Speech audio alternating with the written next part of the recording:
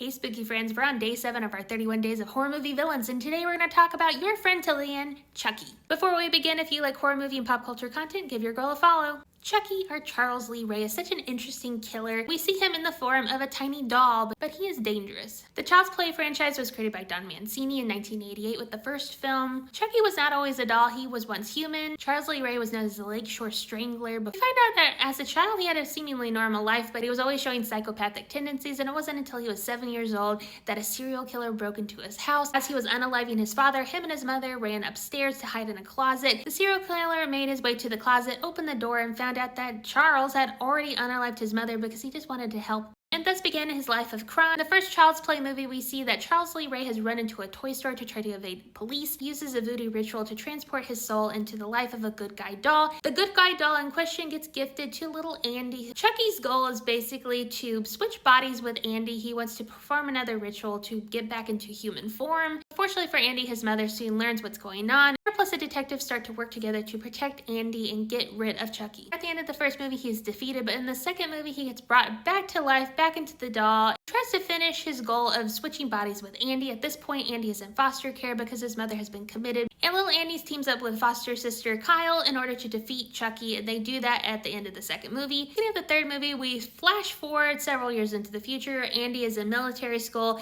and Chucky is still trying to switch bodies. At the end of that film, he also gets defeated. We are then treated to the fourth film, which is The Bride of Chucky. We meet Tiffany, who was his previous girlfriend and before he became a doll. She basically tracks him down, but when she learns that Charles never intended to propose to her, she tries to imprison him, but then he electrocutes her in the tub and then transfers her soul into a doll, so she knows exactly what he's going through. And then both of them team up to try to get this amulet that helps them switch bodies, but they're eventually defeated. And not before Tiffany gives birth to a child. In the next film, we meet Glenn/Glenda, their non-binary child, who goes on a mission to find their parents again, and a whole bunch of stuff happens in this movie. And then in the next movie, we meet Nika, who is a woman who has been paralyzed due to Charles Lee Ray. And several things happen over the course of the next couple movies. Then we seemingly got a reboot that no one asked for, the 2019 Child's Play reboot. Turned him into a robot, but then we got the TV series Chucky, where we learn a whole lot more about him. We're introduced to a lot of fun characters, and a lot of returning characters come back to the show. We learn that Chucky can split his soul up into different objects, into different people, so we see that in the TV series where his goal gets kind of bigger.